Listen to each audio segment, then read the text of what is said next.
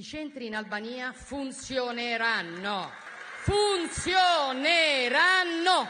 Pavarësisht sigurisë së kryeministres italiane Meloni, kampi i refugjatëve në Gjadër, operativ tashmë për 2 vitesh, nuk duket se po funksionon. Kampi në Gjadër, i cili mendohet se ka kushtuar rreth 1 miliard lek dhe parashikonte të prisë rreth 3.000 refugjatë në muaj, ka sot rreth 20 persona që presin të deportohen.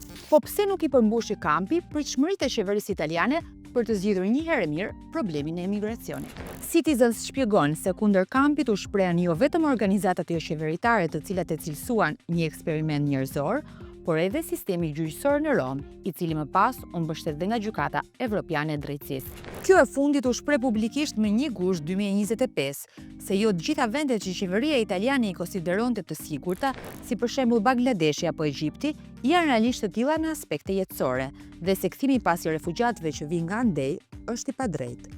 Kjo solli që kampi të ndryshonte funksion nga çfarë ishte menduar fillimisht. Nëse së pari u mendua që të priste çdo emigrant që ndalohej në detin mesdhe me drejtim Evropën, sot po përdoret për riatvesimin e emigrantëve, të cilët ndodhen në qendrat migratore pritëse italiane. Figura të ndryshme të opozitës italiane mbërritën në Shqipëri për të inspektuar nga afër zhvillimet. Ata e kanë quajtur kampin një projekt të dështuar dhe propagandistik të kryeministres italiane Giorgia Meloni. Ngjashëm edhe shoqëria civile është bërë bashkë për të kërkuar mbylljen e këtij kampi.